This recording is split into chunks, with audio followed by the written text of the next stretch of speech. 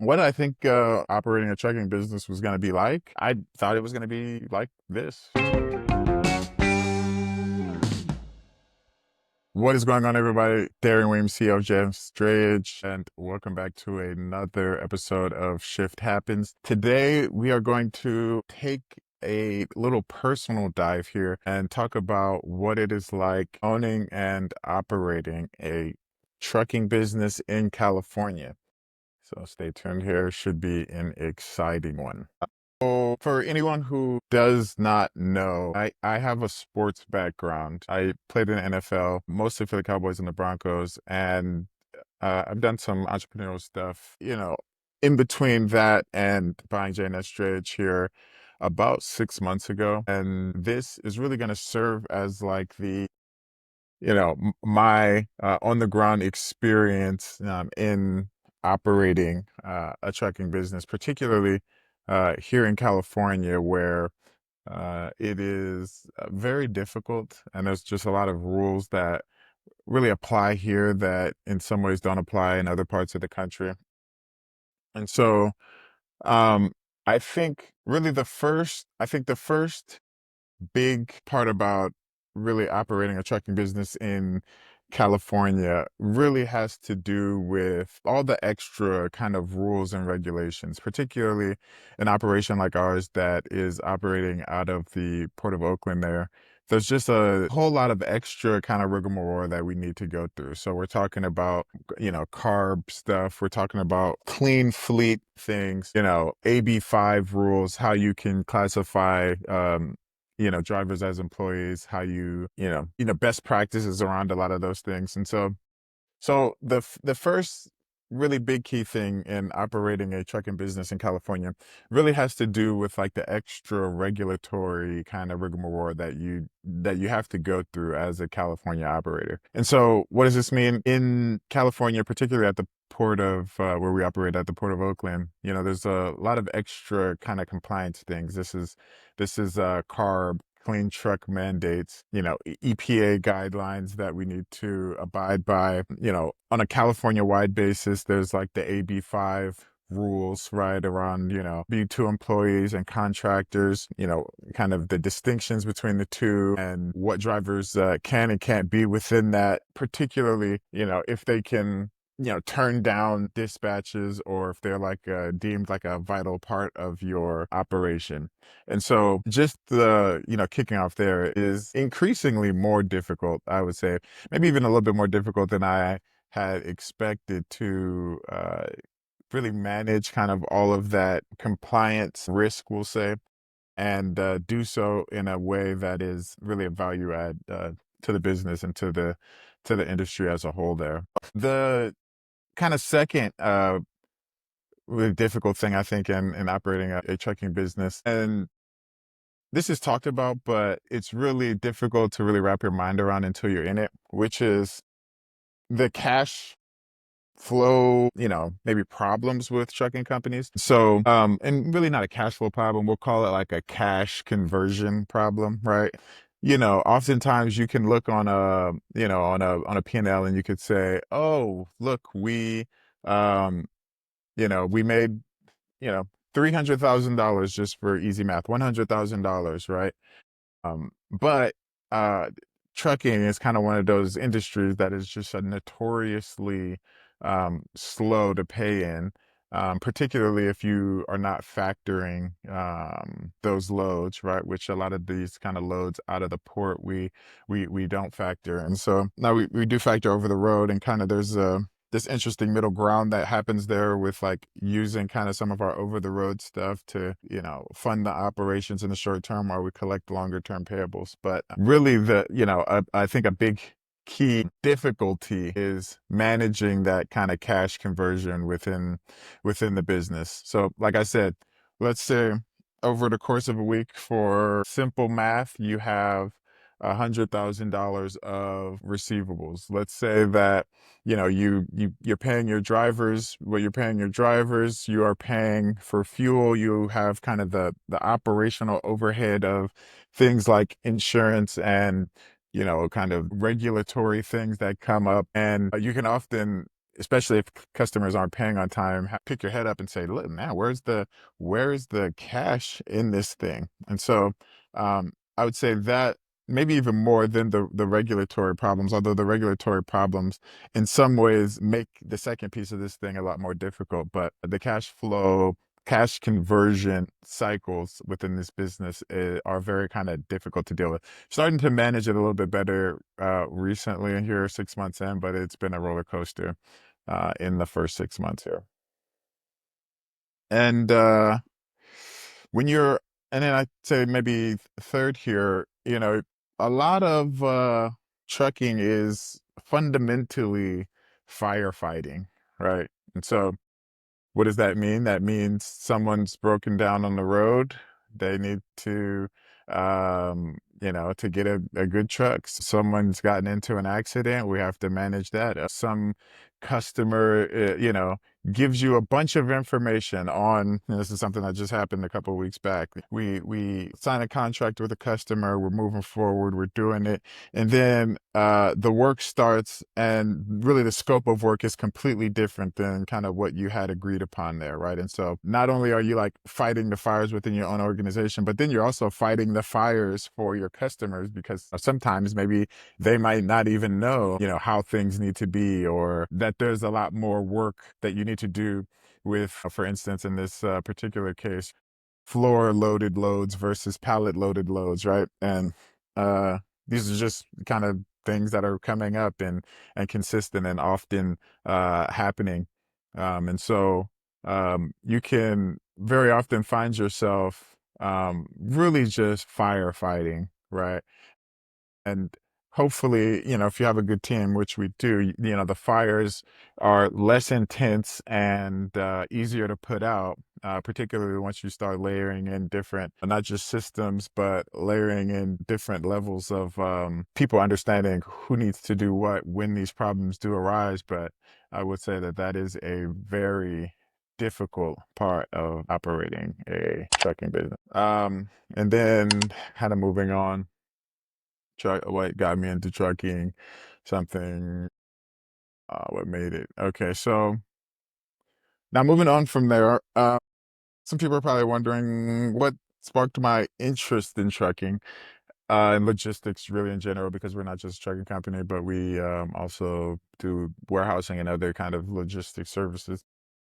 I am very interested in really markets that are big, and transportation is a very big market, and things that are maybe necessary, right? And so, as I was poking my head around for more entrepreneurial endeavors to get into, I wanted it to be something that was really key to the economy first, and then had markets that were big enough that could handle kind of the different turmoil that tends to happen within some of these kind of economic cycles. And so unfortunately, the turning that's happening right now within the cycle is pointed almost directly at logistics and trucking, warehousing businesses particularly. So that's been an interesting dynamic to have to deal with in real time on the ground as you're kind of learning the ropes, if you will. But I'm just interested in, again, big market and things that are relatively key. So really nothing can happen in our economy without first some truck moving it, some warehouse storing it. I'm interested in being kind of in that middle layer there. I can't really say what got me into trucking, just in my research, looking around and really understanding some of those dynamics I talked about earlier, I think are what, made it interesting. And so, if you go back and you're looking at a lot of these like economic cycles that have happened, and, what did okay, what didn't do okay, typically, logistics, the demand stays somewhat strong, right? Even in some of our, in the data that we have, even in some of our kind of worse economic cycles, there's always a demand for goods, and then for services that require require goods in order to get them done. And so, I think it's good to be in those places where things are necessary. What I think operating a trucking business was going to be like, I thought it was going to be like this. Like, all of I think that problems with the industry were problems that I really understood fully going in. And, I think even as we kind of find ourselves here in this tough place in the market, I think we'll say younger, more agile companies that can pivot and transition through a lot of this stuff ultimately are going to end up being okay. And so I always try to look through a lens of how you can be excellent within these models. And so I think a very well run logistics business is the type of business that ultimately has a lot of staying power and will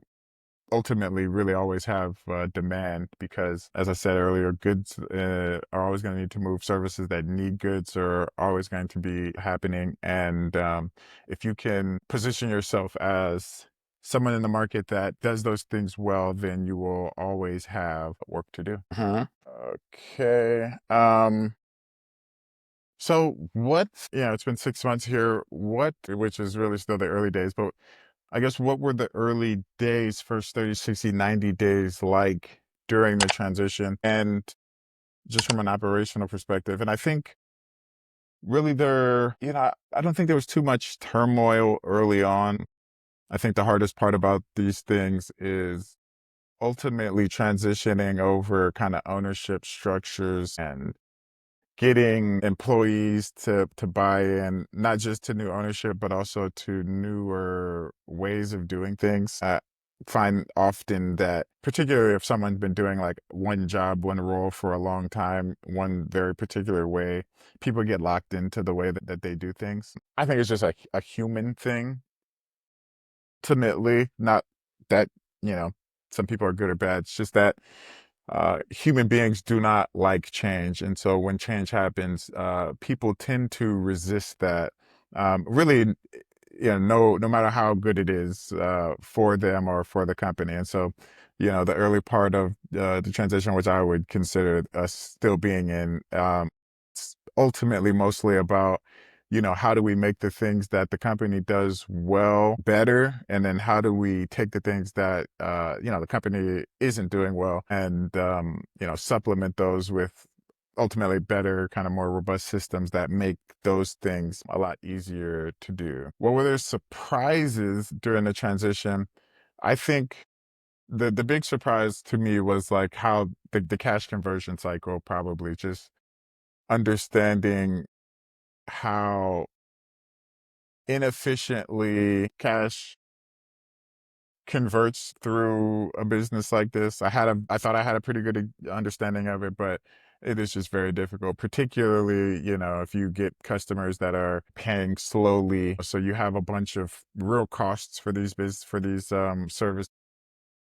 Then you have customers who, sometimes will pay a little bit slow, sometimes will pay a lot slow. There was a time where we were probably, over 60 days, had receivables that were over 60 days due, like over $100,000, right? And so these are services and salaries and fuel and stuff that like had been paid for, and we're still kind of waiting to get that money. So that's probably the biggest surprise. And on top of that, I would say maybe secondarily is just the sheer amount of not difficulty, but there's a fair amount of difficulty in managing people's egos, right? And so, drivers have egos, support staff have egos. Everyone has egos. Everyone has like has a way that they like to do things, and also has a theory of the case, if you will, of like why the way they do the thing is right, or why they,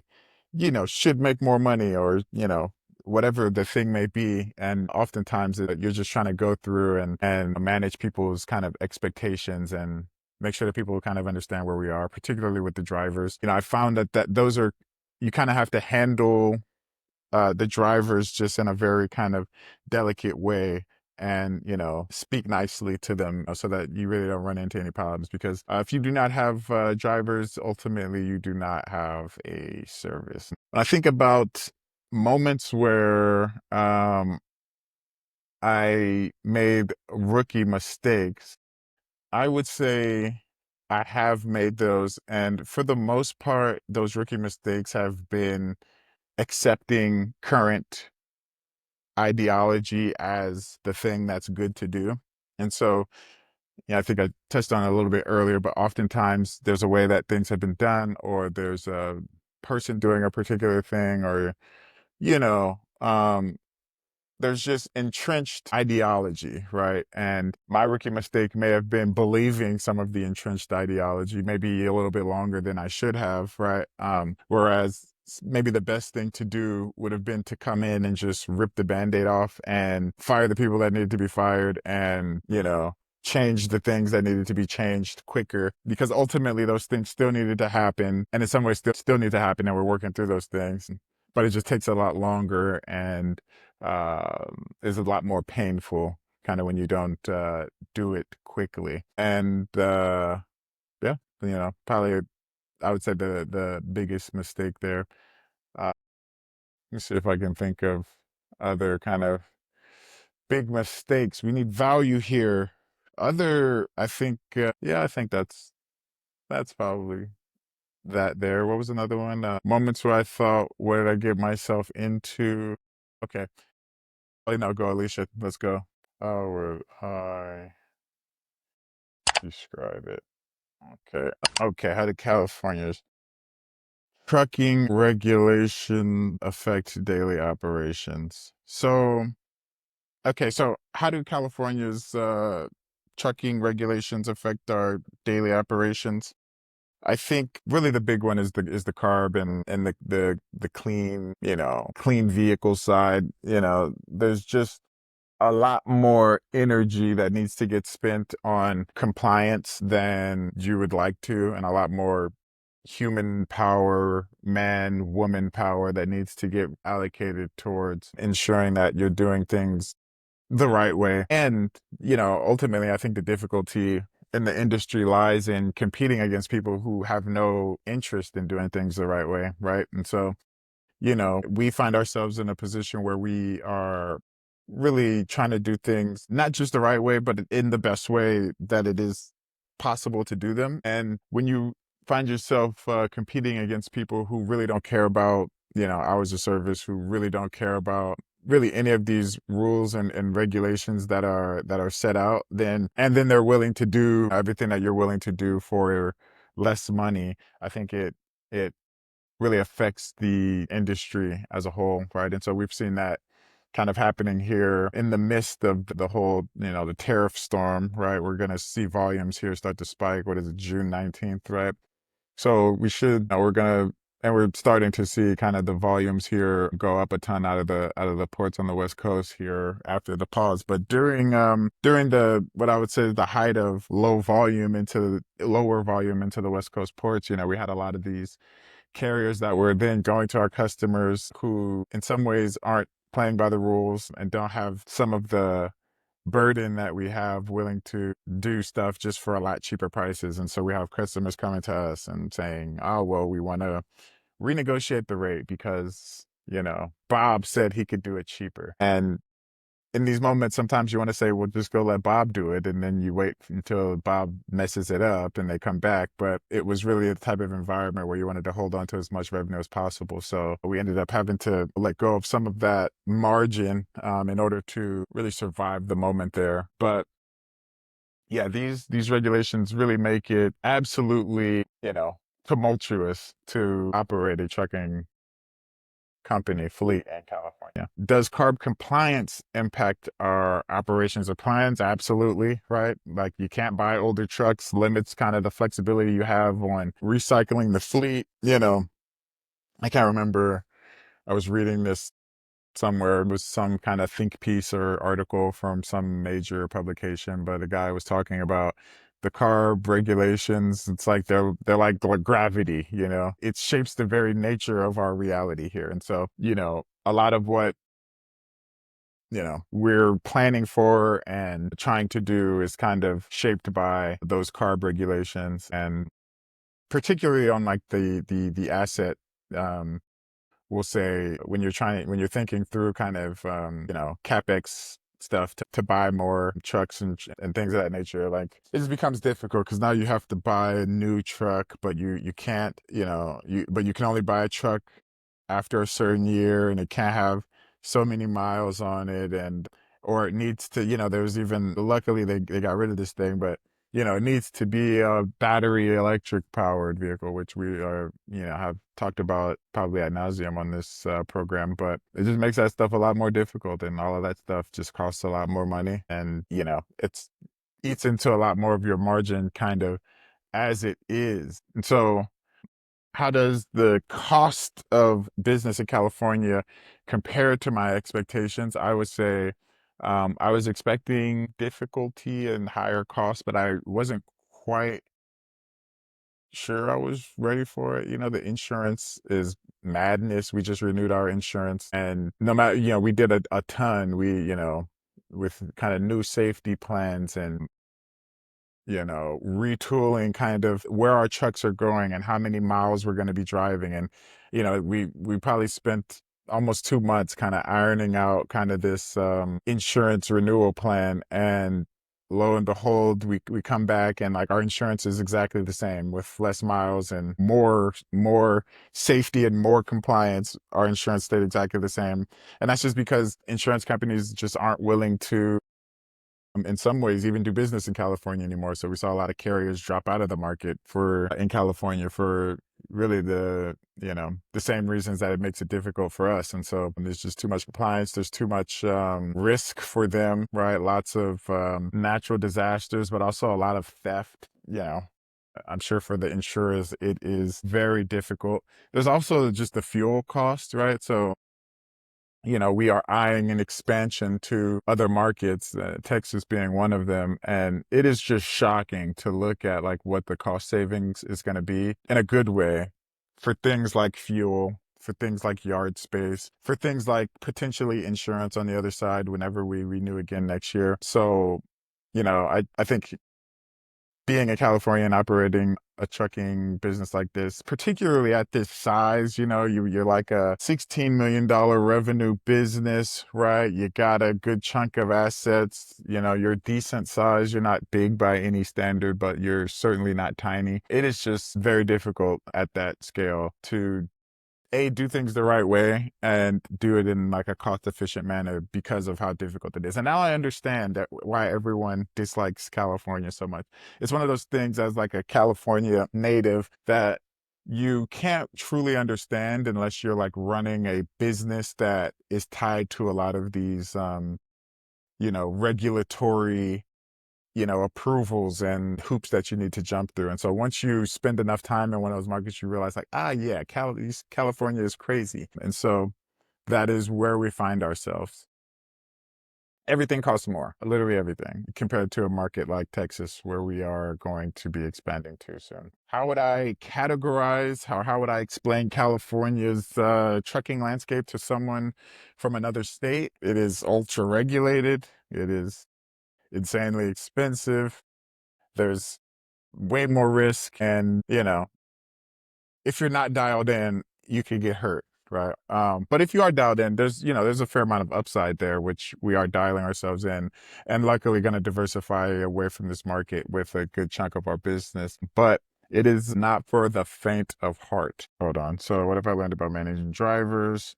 What was the second one? What have I learned about managing drivers, brokers, customers? Okay, so just those three. What have we learned about managing drivers, brokers, and customers? Okay. What have I learned from, in this still relatively short time, about managing drivers? They need to be handled with care because they have a hard job, getting in these trucks every day and driving for 11 hours in some instances is simply just not an easy job. And so anytime someone has a hard job, they carry around a certain weight with them. They feel a certain burden, perhaps. And so, you know, managing drivers is really mostly about listening, right? And so I try my best to even call around to some of the drivers and hear kind of what the problems are that they're facing so that we can, make their lives as easy as we can make them within the confines of kind of what's possible. And really just ensuring that we can like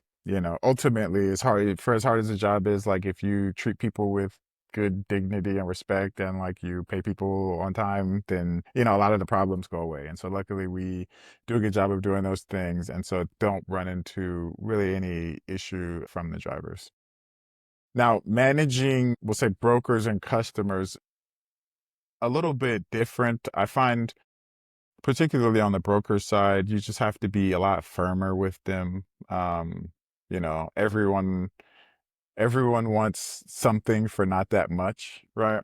Particularly when they don't have any of the overhead, right? And so we'll often have customers that are, calling us up and they say, "Hey, can you do this thing? You want to do this, contract?" And it's like, "Oh," and we bid it out, and then they're like, "Oh, well, you guys are like a little high there." And it's like, "Well, yeah, man."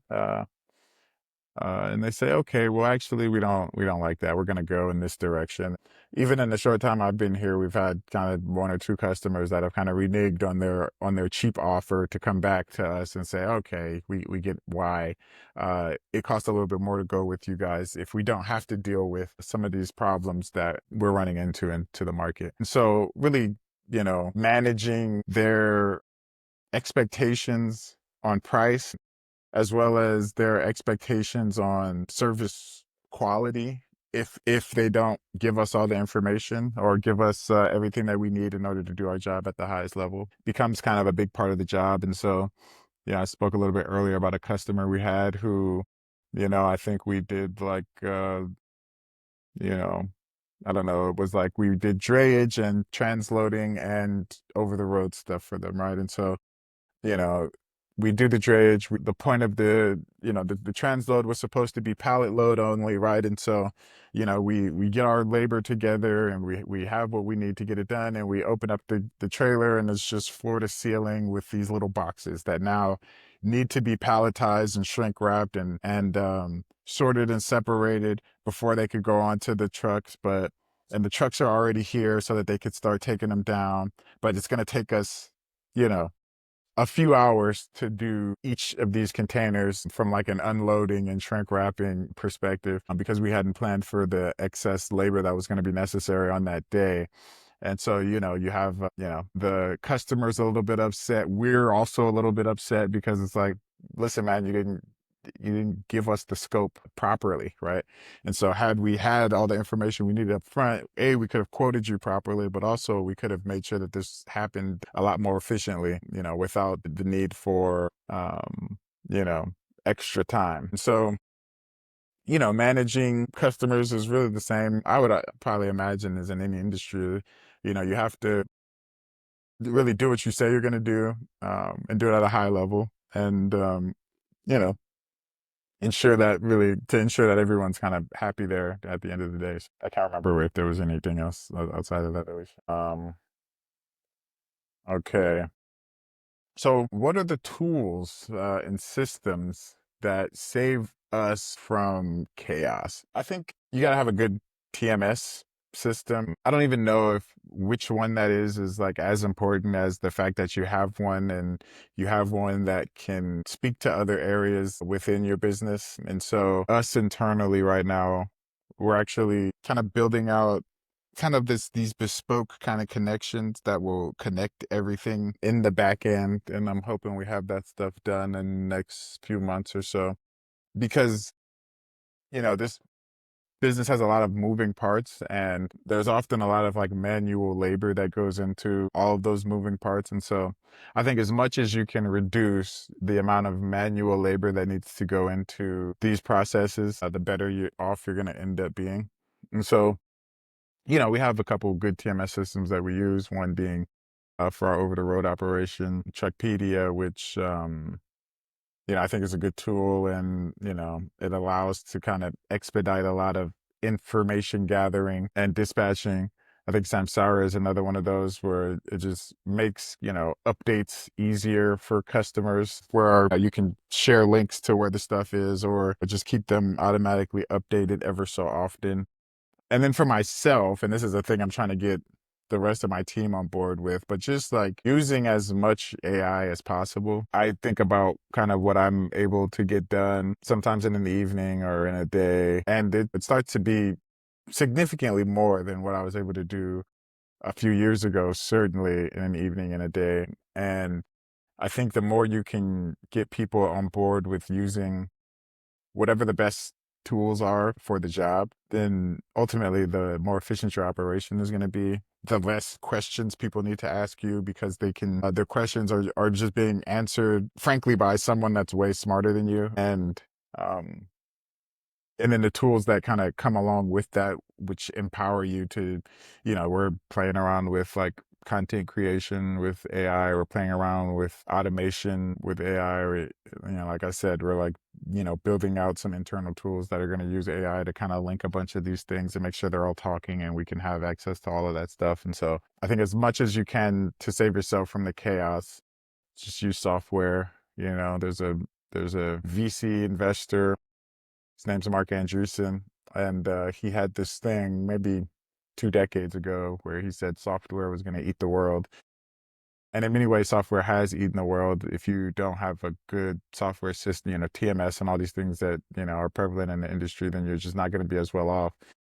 And I think the thing that's going to be true for the next, you know, 15, 20 years is like AI is going to eat the world, right? And it's probably not going to take that long, just because these systems are so much better, so much more efficient, and as time goes on, able to just do so much more of the workload. Are there any routines that I swear by? I swear by like a daily kind of quick meeting to get everyone aligned on kind of what the goals or problems for the day are. I swear by like a Monday and a Friday kind of kickoff and recap meeting to set the agenda for the week, and then really on Friday look back and say, hey, did we meet that agenda? What were the things that went well? What were the things that didn't go well? What did we learn? And I think it's good, particularly for us who has a more of a distributed workforce, to just ensure that people are like in front of people as much as they can be. Oftentimes a lot of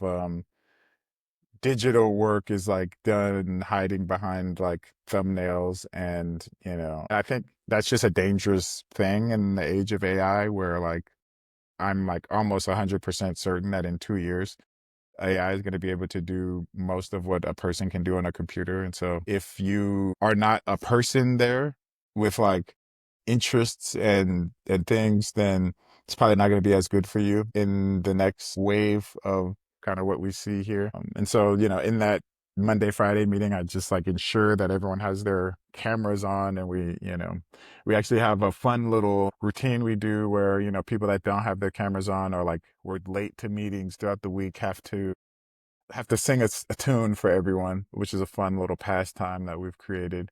I forgot the name of it, but it's like something along the lines of the JNS Strage, like freaking singing extravaganza or something. But it happens every Friday, typically around 2:45 ish. We get sung a song. Ironically enough, I was the first person to sing because I was in the office that day, and all of the stuff that happens in an office where people are talking to you and there's just stuff happening where, and I ended up coming to the meeting a couple minutes late there. So yeah. And then mentors and online community. So, you know, that have helped me in trucking. I have really a lot of like good like business mentors, guys that have made like a lot of money, and particularly within this industry. One guy in particular who built a very big business, who he's just on the board of now, and we actually do a ton of work for them. So it's always funny when like I'll be in like a conversation with one of their reps and like they're like hardballing me, and I'm like,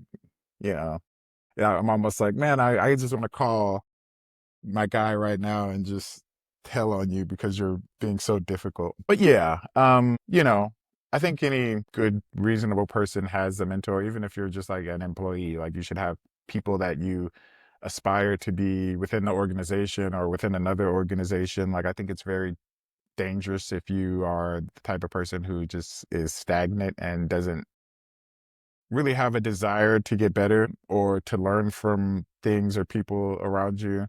I think there's a girl that we hired in accounting maybe 4 or 5 months ago, and she is just enamored with like our lead, one of our lead ladies in accounting, and loves her, and like has learned so much from her. And whenever I was doing my follow-ups with her after we had hired her on, she just spoke so highly of our accounting lead, and she's become a mentor to her. And I really think that's really what it's all about, finding people that you aspire to or that are doing interesting things, and just having conversations with them. And so from an online community perspective, I'm just like a massive Twitter person. I probably spend way too much time on Twitter, but I find Twitter to be just the highest frequency information bubble that there probably is on the planet. And um, this is just because every business person is on Twitter. The executives of all of these companies are on Twitter, and they're consuming a lot of content, and they're just there hanging out. Like a lot of these guys, have like 200. You'll interact with someone that has 150 followers, and you're like, man, this guy's knowledgeable, and then you find out he's like the CFO of some Fortune 500 company, or he's the CEO of some mega enterprise, and you're like, oh shit, you know, that's cool. And so, I think, I just love Twitter for that aspect. And you don't really get that in any of these other social media platforms, particularly the Instagram, TikToks of the world. Those are like functionally entertainment products that are meant to keep people laughing and entertained, right? Whereas I see Twitter and it has that element also, but there's just such a high frequency of very valuable information if you're using it the right way, because there are so many people there that like actually are in these markets and operating and have great insights. And so I found and I've like met a ton of people on Twitter. I met one of my investors actually on Twitter. And so, it's just I love Twitter. And so Twitter's amazing. Actually, it's called X now. So I love X. Okay, so in my first 6 months managing JNS, what have I learned? I think we hit a lot of that through this here conversation, but I can kind of bullet point it. Trucking is hard. Trucking in California is hard, particularly once you get to a certain scale. I have, people often think that like trucking is like it's an easy industry. Like it's a very simple industry, which is in many ways why I liked it, because I didn't want to get into some like fundamental white collar thing that I didn't understand and that I couldn't like wrap my mind around. And trucking is just a very easy thing to wrap your mind around. But it is a very difficult thing once you get to a certain scale to do properly. And it really requires like organizational breadth and process in order to make go in the way that you want it to go. A, to be profitable, and then B, to like just do a good job and like service customers in the way that you would want to service customers. Do I feel more confident now? I certainly feel more confident now. I knew on the margins about operating a trucking business just from, people that I've met and that I know who have these types of businesses. But like once you're in the seat, it changes a little bit. But now I feel, there isn't like too much about it that I don't understand. Like I said, it's a simple industry to understand. And so there isn't like that much at play there that's like difficult to wrap your mind around. And so certainly a lot more confident now in just understanding the operations and understanding what are the things that you can pull on and tug on in order to make it go better, or when something happens that you need to change, exactly where in the organization that change needs to start. And so that's been fun. I think my biggest goal in the next 6 months is really to expand the operation a bit, particularly the amount of business we're doing outside of California. If the biggest surprise is how difficult it is to operate in California, this is a direct response to that.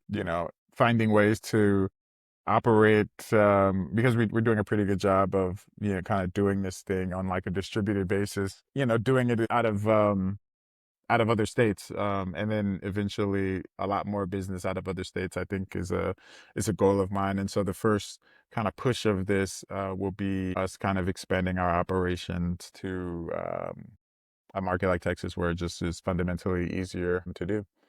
Um, and biggest advice to anyone, I don't know. I don't like advice. Advice is stupid, and you should really never take anybody's advice unless they've like fundamentally done it.